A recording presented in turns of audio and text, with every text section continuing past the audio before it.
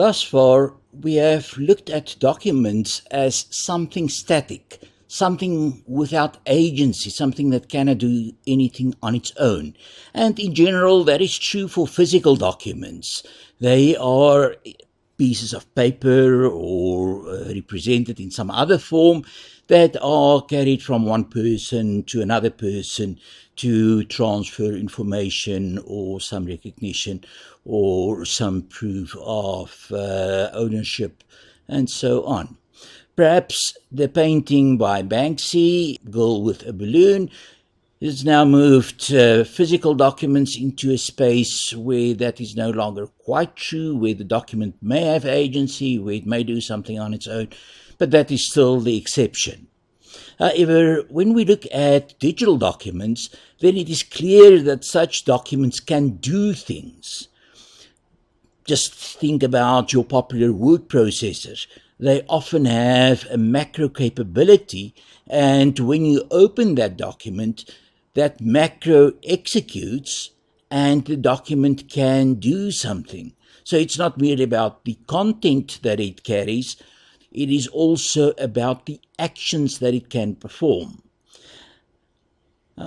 One of the questions then, the forensic questions we can ask is, what does it do? What happens when you open this document? And let's frame that in a context that narrows the field down a little bit, and we look at malware. And as an example of malware, we are all familiar with viruses that, in one case, spread via documents. When you opened a document, this document would typically open up your email software and send copies of this document to everybody on your mailing list, and then everybody who received it would open it, or nearly everybody. They would then cause it to be sent to all their connections and so on, and very soon you had the world full of these documents, these so-called macroviruses. We cannot only restrict ourselves to that type of document. We have to think about it more broadly. But in general, the question then, what can this thing do, is more relevant. And one of the reasons why we need to think about it is because of what a lot of people refer to as the SODDI defense. SODDI, some other dude did it.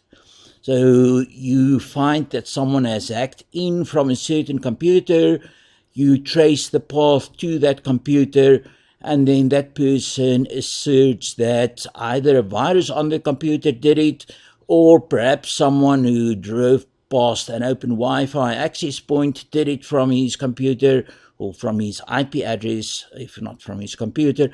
And it is very hard to prove the opposite. But in law, we have a general principle that says whoever makes an assertion is responsible for proving it. So rather than just getting away and throwing your hands in the air and say, I don't know what happened, it must have been a virus, someone else did it, we can open the door so that someone can indeed prove that a virus could have done whatever the circumstances is, whatever the reason for a legal dispute is. So let's look at that in more detail. For a lot of people, malware and viruses are synonymous. They tend to talk about a virus when they mean malware and vice versa. Obviously, for those of us who've worked in security or work in forensics, they are not the same thing, and we need to clearly distinguish between the various types. Let's quickly use the old classification of malware, and it is obvious, or would be obvious, that we can easily extend it, and we should indeed ask the question whether this classification is still the best. However, it is a classification that is widely known, and I assume that most of the viewers will be familiar with this. So first on our list is the notion of a virus. Virus is an example of malware that needs a host to carry it, like the COVID virus. So without that host, the virus cannot move from one place to another place. In the case of computer viruses, you are probably familiar with viruses that attach themselves to the boot code or the boot sector and insert themselves into the boot process while the computer is booting up. Modern operating systems have in many cases eliminated those. Second example is where a virus attaches itself to a file or a document. Now, that file can be an executable file, so it can be a program, and an example of that would be your word processor, where it attaches itself to the word processor binary. It can also be, as we've said a moment or two ago, attach itself into a document, or insert itself into a document as a macro virus, so that when you execute that macro by perhaps opening the document, then it will have the viral code executing, and it will do whatever it needs to do. The typical actions of a virus, whether it's a file virus in the sense of an executable file virus or a macro virus, is that when it gets activated, it will execute its distribution or replication mechanism, where it attempts to send copies of itself to other recipients. And then there's also a part that is known as the payload, and the payload may cause the usually harmful effects that we tend to associate the virus with. Often they don't do much, but we need to keep track, or we need to remember that these two parts exist. In the case of our examination, if we have determined that we are dealing with a virus and it has caused some effect or purportedly caused some effect, then the payload may be the place where we will start our examination, because very often the effect is caused by the payload. The second example of malware is a worm. A worm is code that does not need a host to propagate. So it will simply execute on one machine, and from there it will propagate, replicate to other machines on its own, possibly by testing various security mechanisms. So it may try to log on to a different machine and copy itself and so on. It does not need a host in the sense of a carrier. So what you will find is that this worm has to start somewhere, and the place where it starts may be as an attachment to an email where it gets dropped onto a machine, or whoever created this worm may infect some machine somewhere using some manual process, and then from there the worm will simply distribute to other machines. Again, we have the two components, the replication mechanism and the payload, and we may indeed see whatever effects we are examining resulting from the payload rather than from the replication mechanism. However, we should also keep in mind that why the internet worm was first noticed back in the day, 1988 or thereabouts, when it made its appearance, is because it replicated too much, and that caused machines to slow down, and it was the slowing down that was noticed. It had no real payload. There was very little that it did apart from replicating. So it is possible that the replication may already be reason enough to examine it. The third example of malware, according to this simple classification, is that of a logic bomb. Logic bomb is a piece of executable code that waits for a certain logical condition to be in place, and at that point it activates. One of the examples that one hears about so often, that is probably an urban legend rather than a fact, is the case of the employee who changed the payroll system so that when this employee no longer appeared on the payroll system wouldn't work. And eventually this person, according to the legend, was fired. And immediately after that, the payroll stopped working and they couldn't pay the other employees. And this code was hidden so deeply in the system such that nobody else could find the problem. And the company's only recourse was to rehire this employee, obviously now at a higher salary, who then, once his name appeared in the payroll system again, everything started working again. The absence or presence of that name in the payroll system would be an example of such a logic bomb, but the logic bomb may also be something related to a date or a time. So some of the early viruses that caused the payload to execute on a Friday the 13th is an example of a logic bomb.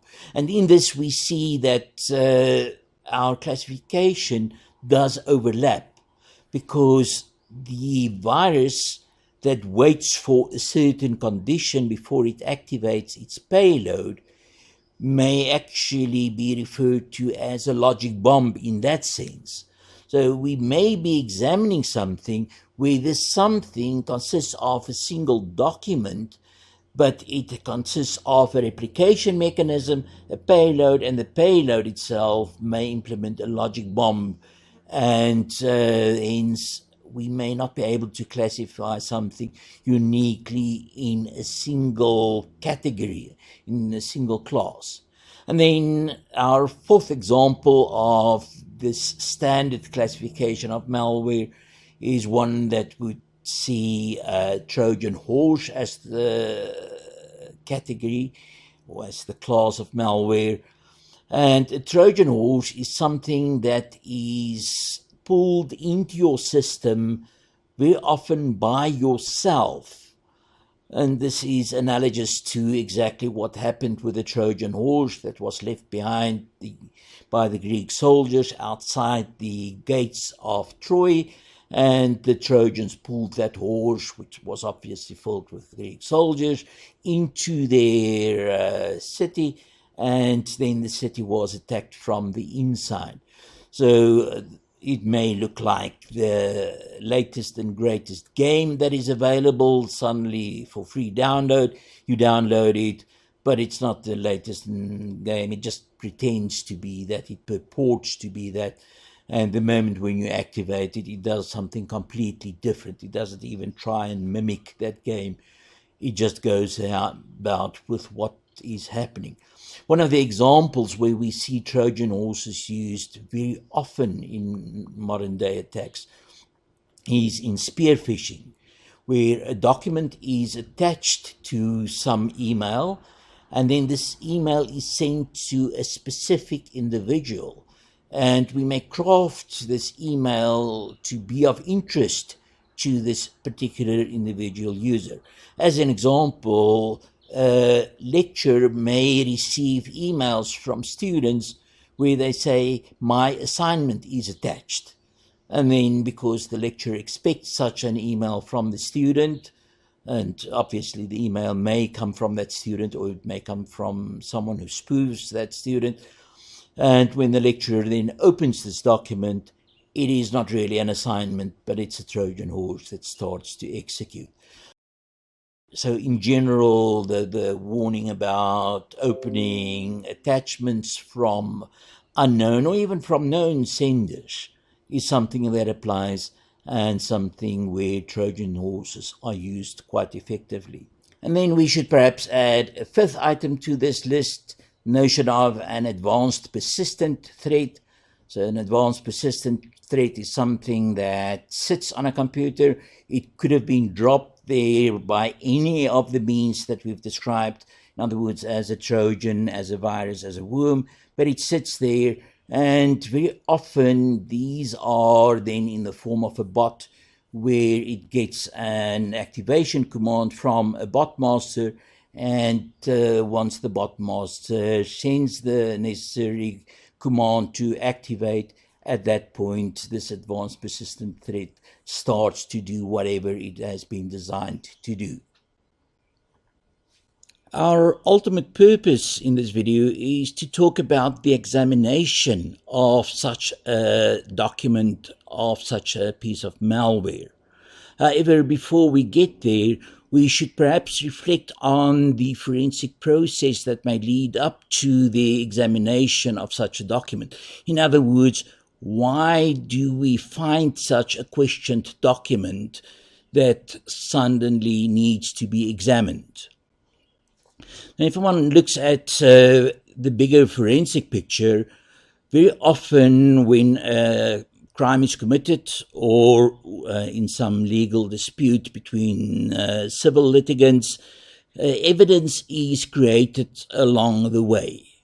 And in a worst case scenario, we, for example, had a potential murder, then the process starts with an autopsy. And in that autopsy, the body is examined to exclude all other causes of death and identify the one and only or the most likely cause of death. And the investigation of the crime can then proceed from there.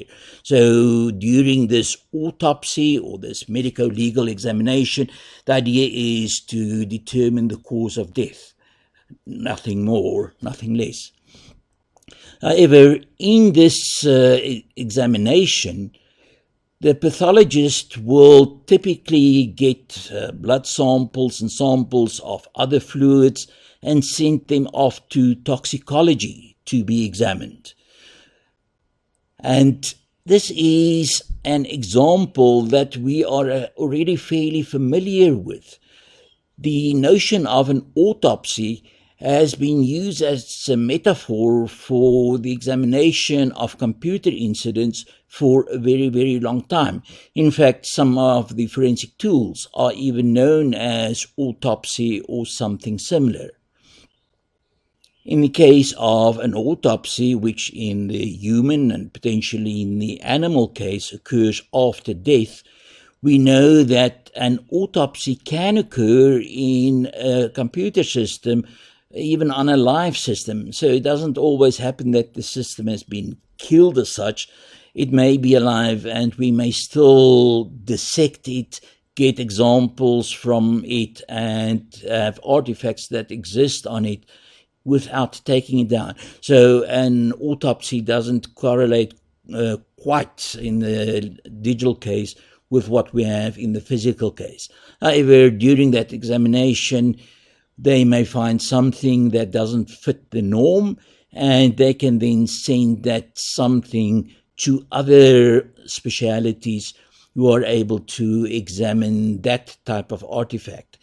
So just as we had in the case with blood being sent to toxicology, we may find a document during an autopsy of a digital system, and that may not be a known file. I assume all viewers are familiar with the National Software Reference Library set of files that are known, that exist on computers, and based on their various hash values, we can rule them out as normal things that we expect to be on such a system. And other documents or other files may not be known, and they may be the reason for suspicion. We should also be careful. Not everything that is unknown is necessarily suspicious. In order to think about it as malware, we need to think about it in terms of execution. Can it execute? And that may be as a macro or as an executable file in some sense.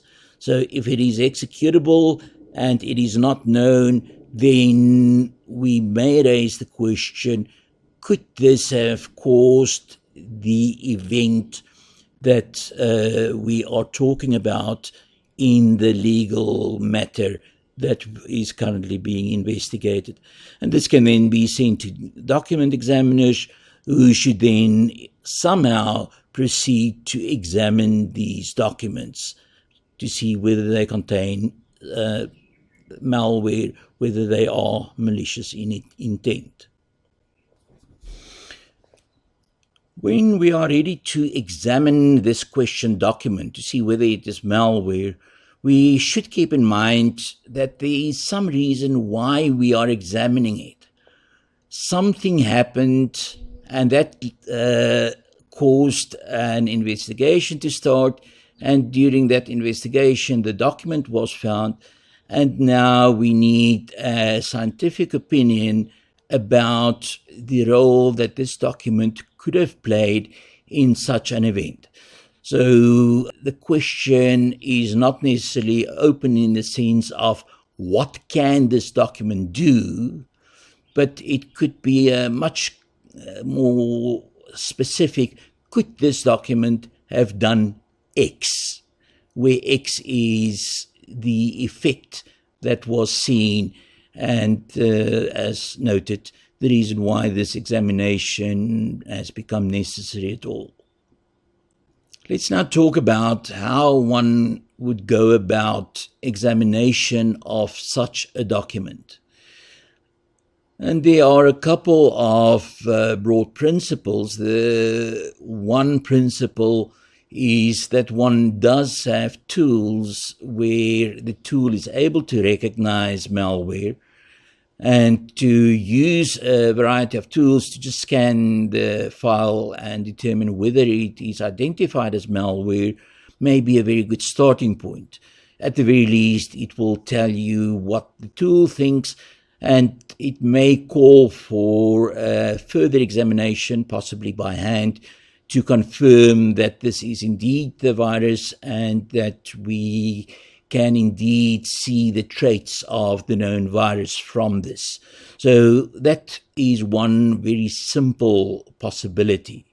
In fact, in some cases, the file may be a known piece of malware, especially where we talk about a Trojan horse or a worm, and just hashing it and looking up the hash in a database of such hashes may enable us to identify it. And since the hash uniquely identifies it, if the database is authoritative, we have already determined exactly what this piece of malware does. Clearly, this is not going to work where the file, for example, attaches to an executable file, but where it is a standalone file in any sense, we may be able to use this technique. The two remaining options are essentially to execute it, to open it in a sandbox environment. In other words, an environment where it cannot cause any further damage, an environment where we can inspect what it does and reach some conclusions from what we observe. Now, that is very often a very useful approach, especially for simple malware, because the more sophisticated malware may not immediately go over to action. It may delay its action. We know that viruses that are slow infectors tend to be able to distribute much wider, especially if they wait a long time before they activate their payload, because they are not observed. They cause slow changes over a region, and at the time when someone notices it, it is already widespread. And that is one of the ideas, one of the reasons why people write viruses, is to get them spread as widely as possible. So the one remaining option was this execution in a sandbox. The second option is reverse engineering. Reverse engineering is a costly process. It typically entails disassembling or decompiling the code that one has. If it is a macro virus, then getting the macros back to a macro language may be much simpler than using an executable program that needs to be converted back to machine language and eventually possibly was written in a high-level language. To try and get it into high-level language becomes a really, really mammoth task. However, during this reverse engineering, if we identify known parts of it, in other words, a virus may use a known mechanism for distribution and simply use a different dropping mechanism, or rather carry a different payload. We may recognize the distribution part, the replication part, and it's only the payload that needs to be examined. The same in the case of a worm. A worm may use various forms of attack. It may execute a brute force attack to try and log into a computer. It may also use a dictionary attack to do the same. It may use known trusted machines that would recognize or accept someone to log in from this machine because it trusts this machine, and so on.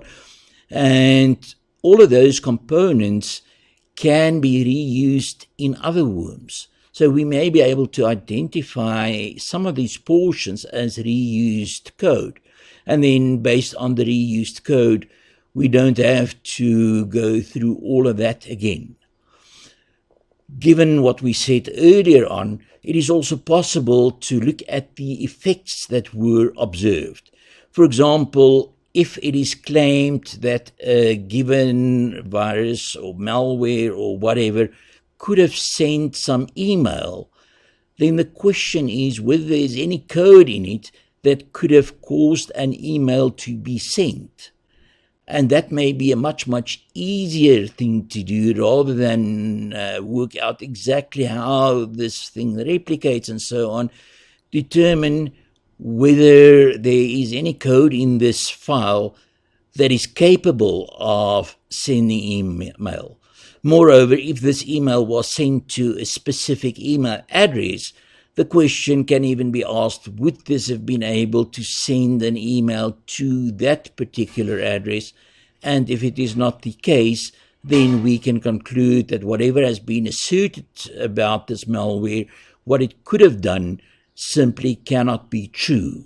And without a full investigation, we can answer the relevant question of this questioned document. Just as an aside, if you are dealing with a known document, for example, if it is the executable code of some known program, then it is fairly easy to determine what that executable code, what that document should look like. One simply needs to get an original, or again, one can query the National Software Reference Library and see if one can find it in that library. And then one can compare the document under examination to that.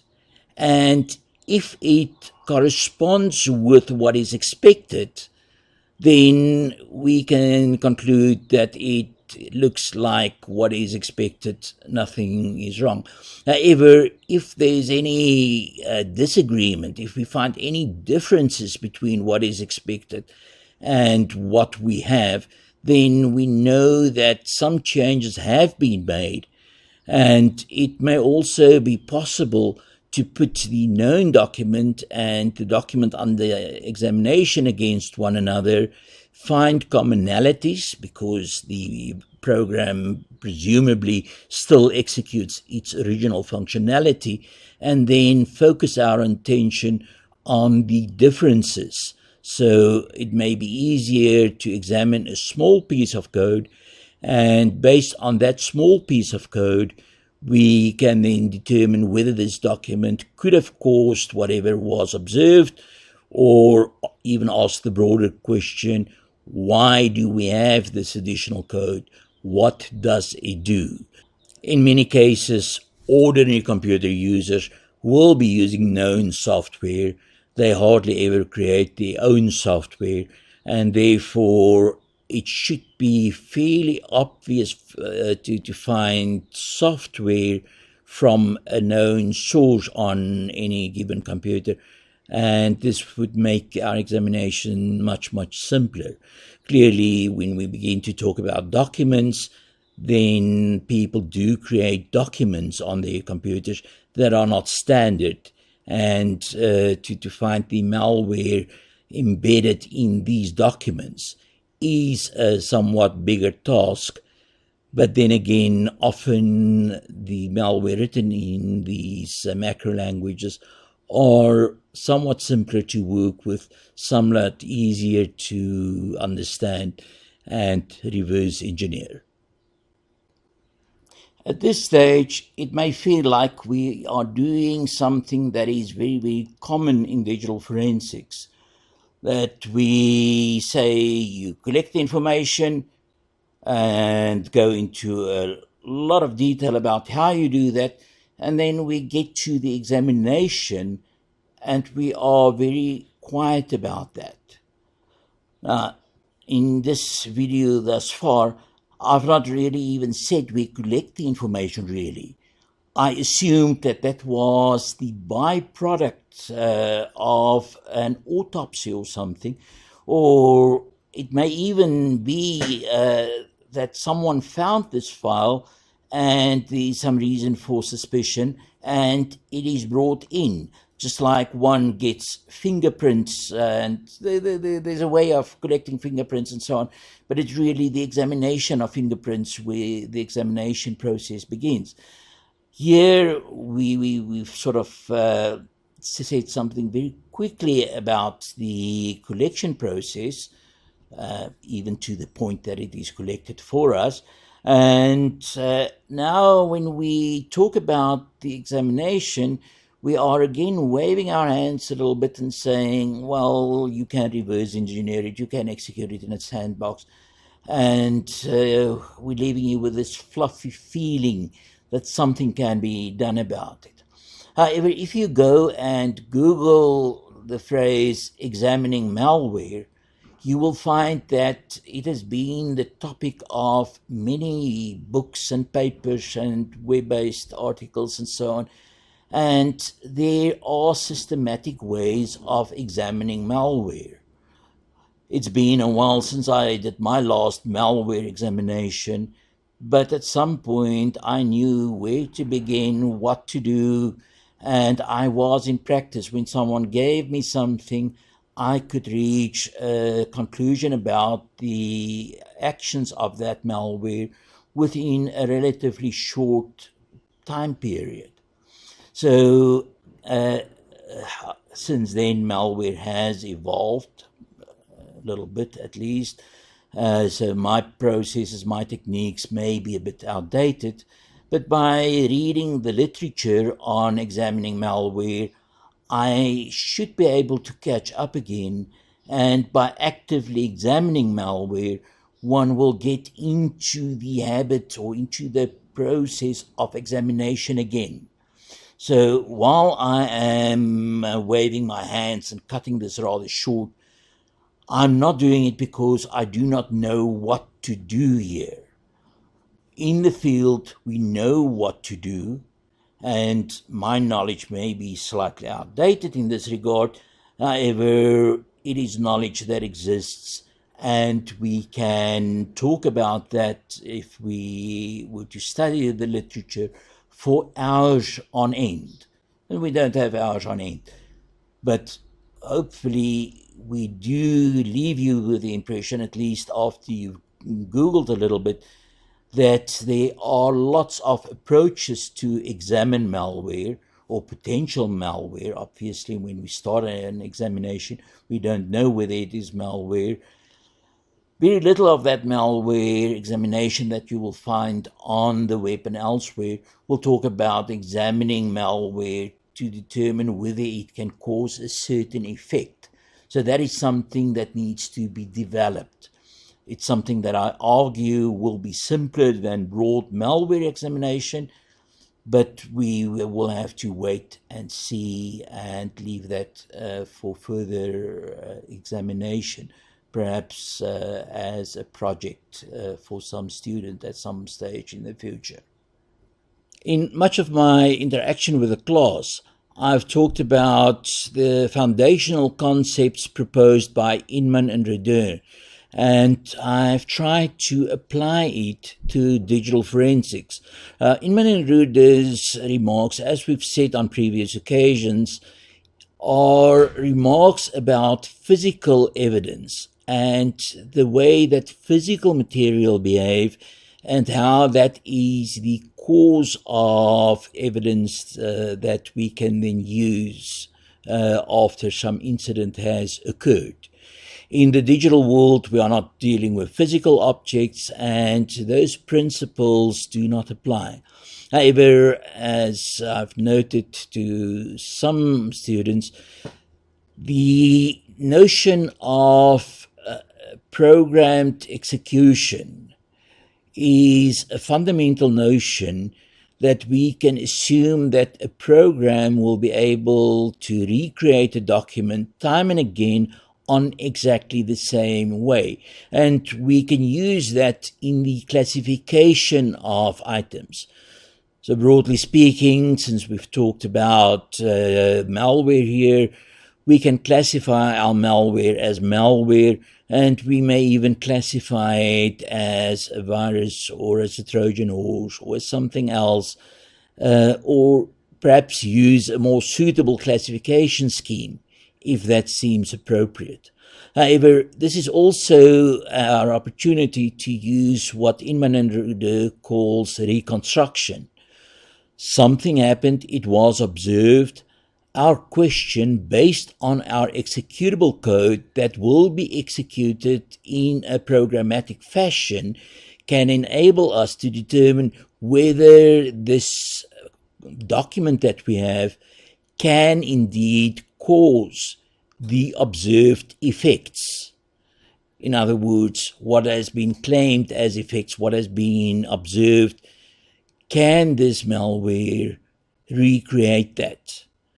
This does raise the question about reconstructing the future, because the moment when we ask what can this document do, we are talking about the future.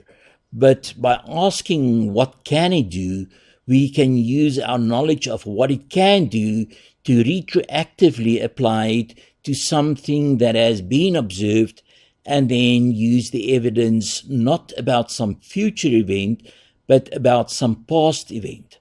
Obviously, once we know exactly what malware does, we can document that and we can keep it on file. And if we do observe those effects somewhere else, we can also return to our malware and state that this malware can indeed have that effect. Then all that remains to do is to try and find some sort of a trace that the malware was indeed present on whoever is being accused or even is suspected of causing an effect that has led to this legal investigation. Looking at malware in documents can indeed be a field of its own. You may find books with the title Malware Forensics. I have indeed written a chapter about malware forensics in a book and so on. But it makes sense to think about malware also in the context of active documents. And this gives us a wider opportunity, at the very least, to think about the Inman and Rude principles. And having said that, I'm going to leave you to think about it.